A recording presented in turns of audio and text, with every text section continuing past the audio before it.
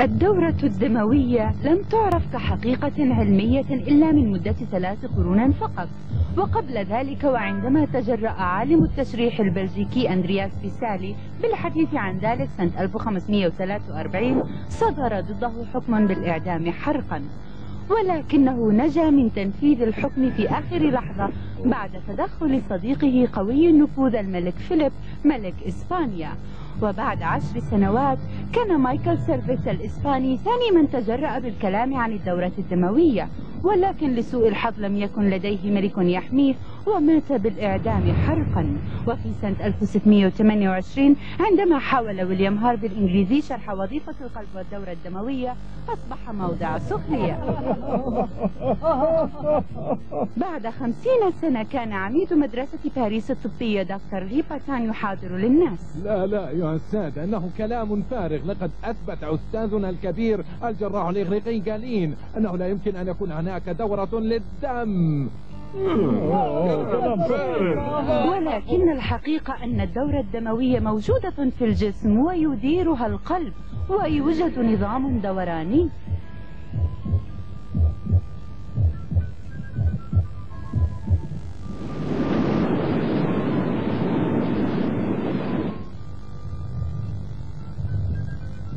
نعم يا أصدقائي، ستكتشفون ذلك بأنفسكم قريبا. إن القلب عضو مدهش، فهو يضخ كمية ضخمة خلايا حياة الإنسان تبلغ 200 مليون لتر، بالرغم من أنه ليس أكبر من قبضة يد الإنسان. أمر مدهش حقا.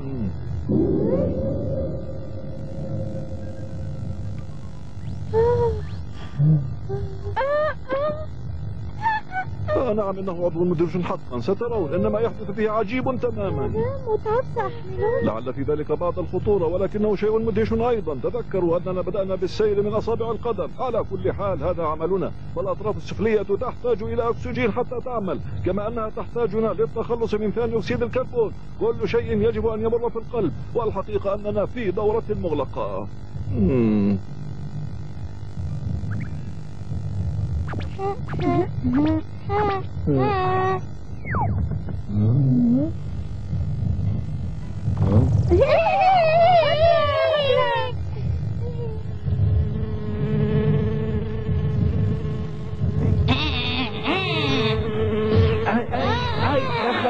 يا خي أنا لا أحب ثاني أكسيد الكربون، إنه ثقيل جدا.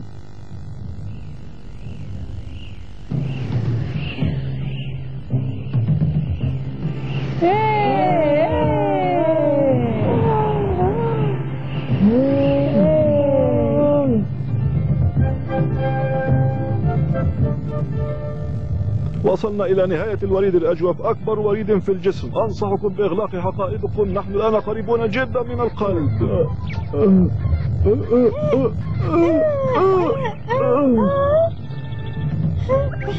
فهموا إنه ممتلئ. عدلي لا إحساس بالمسؤولية.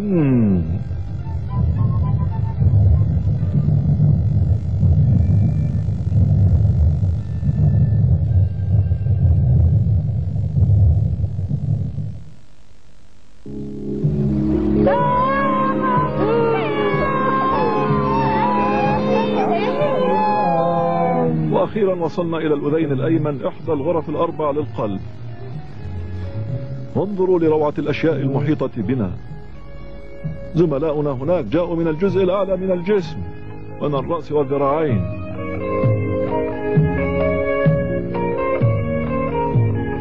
عبر ممرهم والممر الذي اتبعناه يحضر كل الدم من الجسم إلى هذه الغرفة، وبعدها ينطلق إلى الرئتين. كيف نصل هناك؟ هيا. ما هذا الصوت المرتفع؟ انظروا. هل عرفتم سبب ذلك الصوت؟ تلك الأجنحة الثلاثة تشكل الصمام الثلاثي، وسوف نمر منها بعد لحظة. هيا تعالوا معي، وإلا تفرقنا عن بعضنا عندما يفتح ثانية.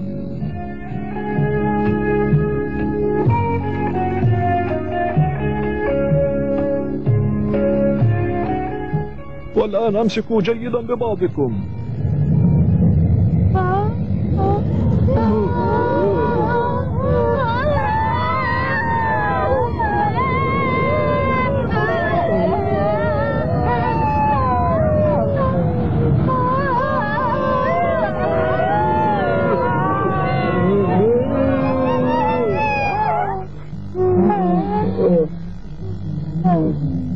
ترون الآن في الداخل هناك إحدى الغرف السفلى للقلب، إنها أكثر روعة من سابقتها. لقد بدأ الانقباض. هل أنتم مستعدون؟ لا مفر الآن. إنه رهيب، أنا خايفة. لا تقلقي أيتها الصغيرة، الملايين منا تقوم بهذا في كل مرة ينبض فيها القلب، إنها حياتنا. إننا ننطلق.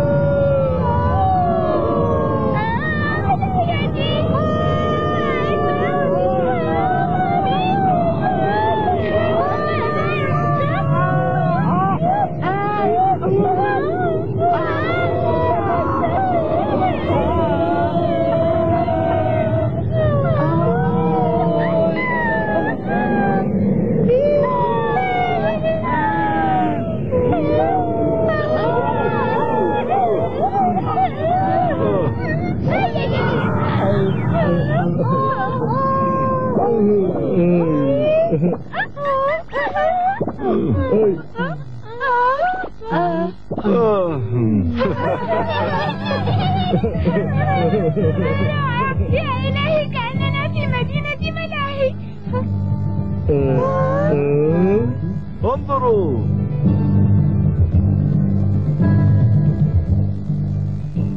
أليس هذا رائعا؟ أنتم على حق، إنه تصميم هندسي رائع باستطاعته الصمود لأي شيء. تصوروا هذه الأعمدة ستتحمل 3 بلايين نبضة قلب أثناء حياة الإنسان. 3 بلايين نبضة؟ نعم، هيا بسرعة، هنا شيء يستحق المشاهدة، فلدينا بعض الوقت قبل انقباض آخر.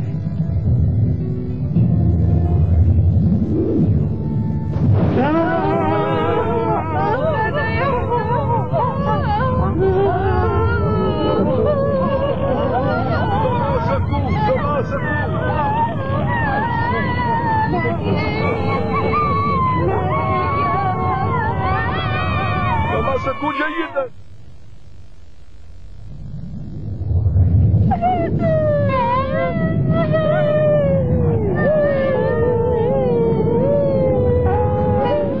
جاء دورنا الآن، الكل جاهز؟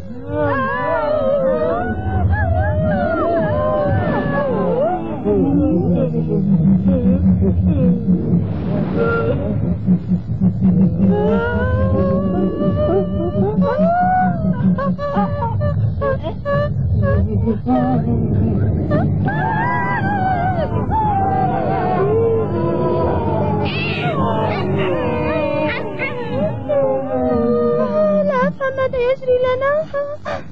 ولا أنا أنه لغز. يا لها من رحلة رائع.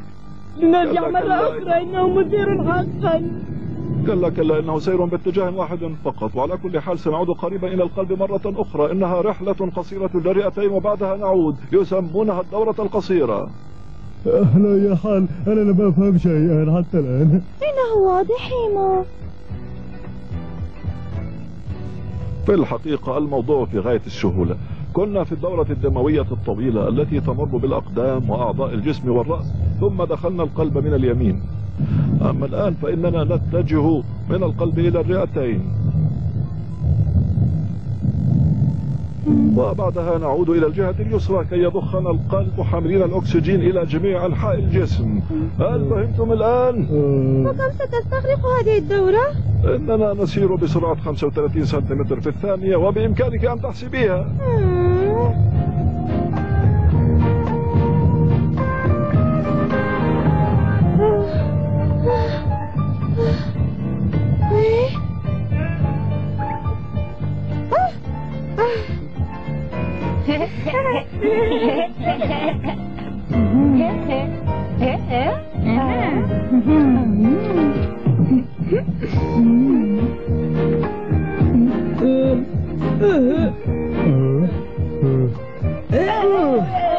التقطها وهي لك الآن.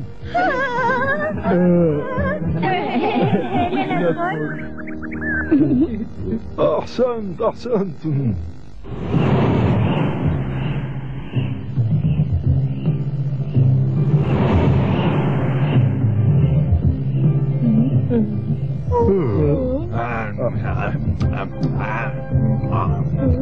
لا تفعل ذلك يا هذا. لحظة من فضلك، يجب أن تصغي إلي. أنا لست صالحا للأكل. طعمي مكرم وسأسبب لك عصر هضم أيضا. ألين عليك ألا تفعل هذا.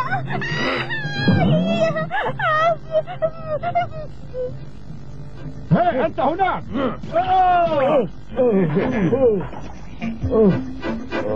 دورية الأمن سامنا تتكلم. أعطني القيادة بسرعة. انتظر، لا تزعجهم أيها الصديق، سنتدبر أمرهم.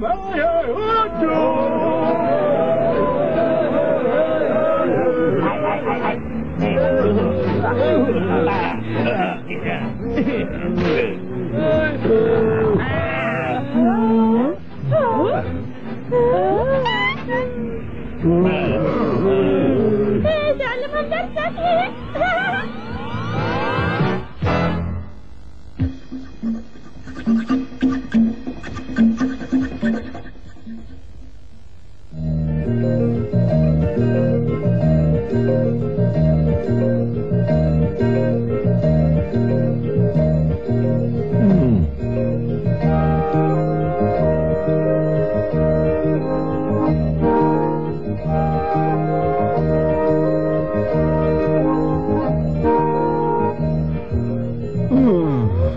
لماذا الممر مدهنا هنا؟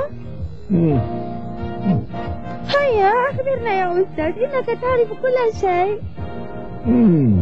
من المحتمل وجود دهن كثير في طعام الإنسان، لكن ما ترونه هنا لا شيء مقارنة بما مر علي في حياتي. هل يمكن أن يحدث أسوأ من هذا؟ طبعا، لو كان هذا الممر مغلقا لحدث انسداد تاجي أو نوبة قلبية، وهذا خطير جدا. هل أحكي لكم قصة عن هذا الآن؟ نعم. حسنا، هذا يعطي فرصة لاستراحة قصيرة. في يوم من الأيام كنت أعمل مع زميلاتي كريات الدم في جسم إنسان لم يهتم بصحته.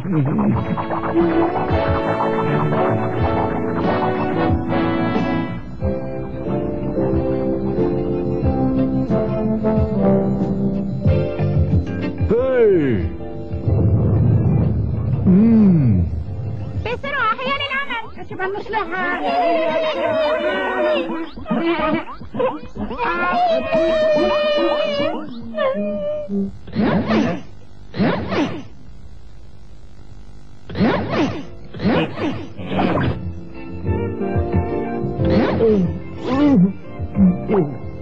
كلا يا إلهي، لا فائدة، لن نستطيع المرور.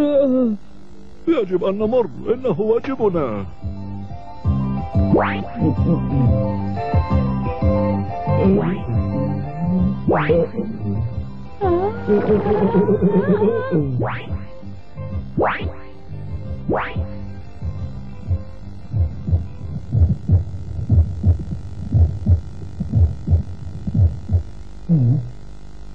لماذا تشعر بالضبط؟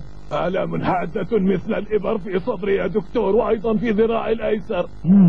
تشنجات. بالضبط، نعم، تشنجات، وينقطع نفسي لأقل جهد أبذله. لقد أرهقت صحتك، دورتك الدموية في غاية الضعف. بسيطة إذا هذا كان كل شيء. ماذا تعني بسيطة؟ حالتك ستنتهي بكارثة إذا لم تتخذ الآن إجراءات حازمة. يجب أن تمتنع عن التدخين والكحول والملح والدهن، وطعامك محدد. هل تفهمني؟ وكما كان متوقعا، كانت النتيجة نوبة قلبية، وعندما يتكاثر الدهن تنسد جميع الممرات الدموية تماما ولا نستطيع المرور فيها، وهذا ما يسمى الجلطة. حسنا، نجا منها وتعافى، ولكن ذلك لم يكن سهلا. في كثير من الأحيان يثبت الإنسان أنه ليس أقل المخلوقات. حسنا يا أصدقائي، هيا بنا، كفانا مضيعة للوقت. هيا. نحن متجهون الآن إلى الشريان الرئوي.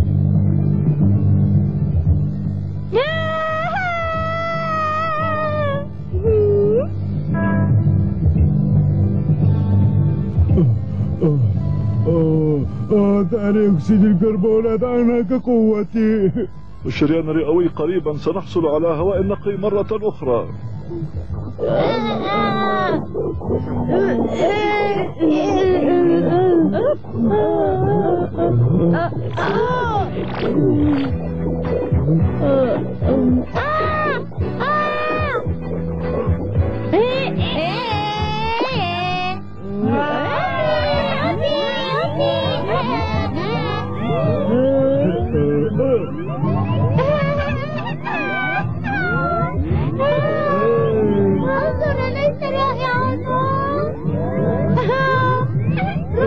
رائع جدا.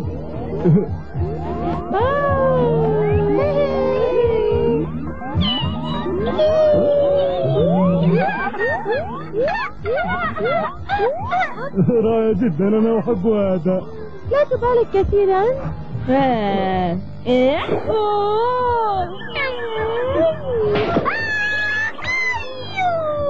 يكفي الآن يا أولاد، يجب أن نواصل عملنا.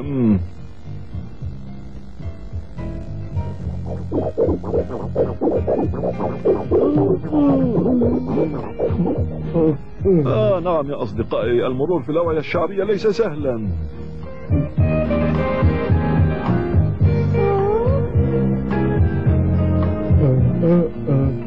هيا.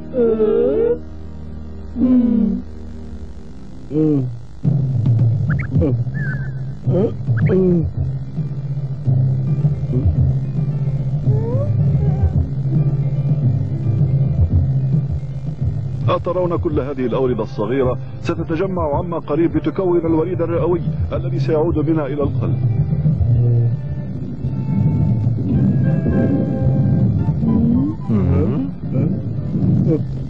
أسرعوا أسرعوا من هنا.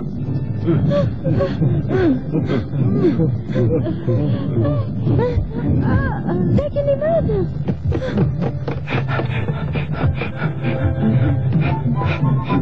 حسن، القلب يخدم الجسم كله. عندما تحدث حالة طارئة كهذه فإنه يرفع من سرعة نبضه ليرسل التعزيزات للمكان الذي يحتاج إليها.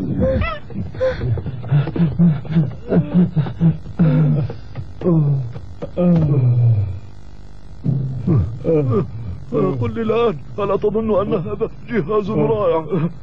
لكن لماذا لا نستطيع القيام بعملنا بدون القلب؟ لأن القلب وحده الذي يملك القوة لإرسالنا حيث يجب أن نذهب، وبدونه تتوقف الدورة الدموية وقد يموت كل شيء من نقص الغذاء. هل فهمت؟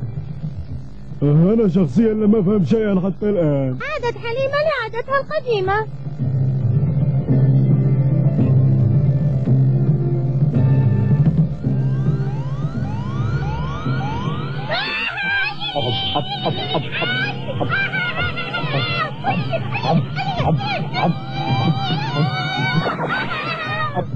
ها قد أتينا إلى نهاية الدورة القصيرة. قريبا سندخل القلب ثانية، ولكن الجانب الأيسر هذه المرة، إن لم أكن مخطئا.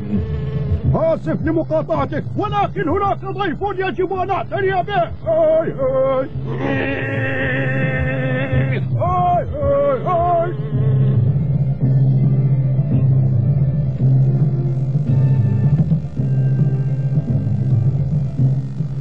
هيا دعونا ننتهي من الأمر يا أبنائي.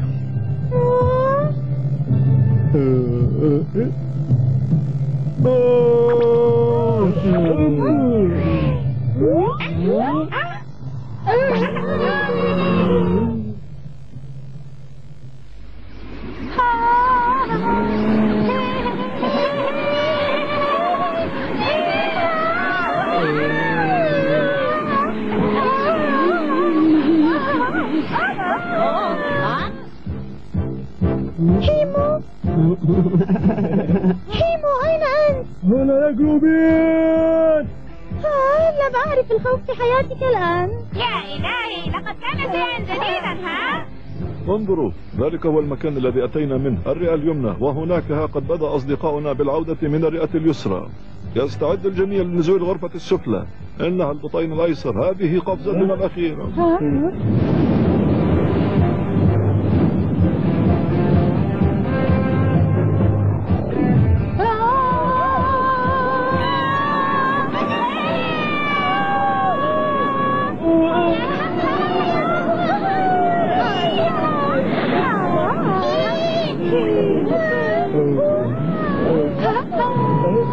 رائع جدا، أليس كذلك؟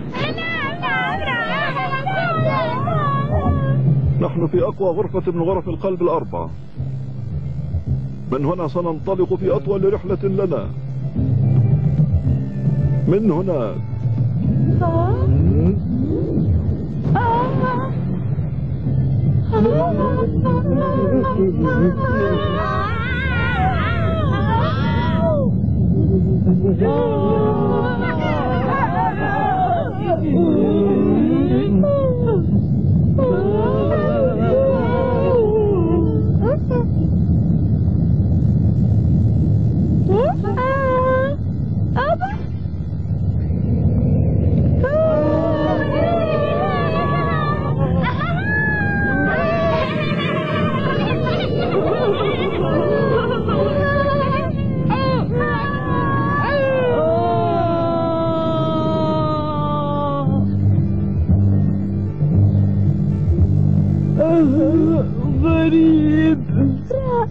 مدهش.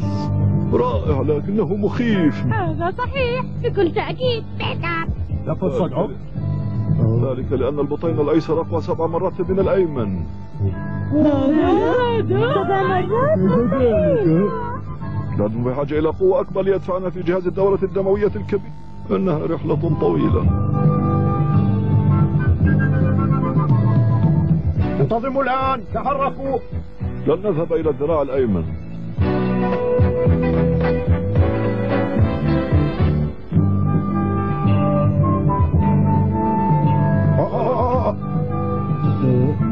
ولن نذهب إلى الدماغ أيضا. يا للأسف، لربما كانت رحلة رائعة، ولكن من المحتمل في المرة القادمة.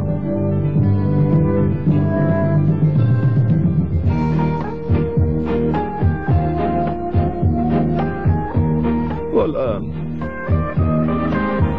نحن نبدأ الرحلة الكبرى. البطن، الكبد، الطحال، الأمعاء وربما الأرجل. هيا استعدوا وإلى الأمان سر.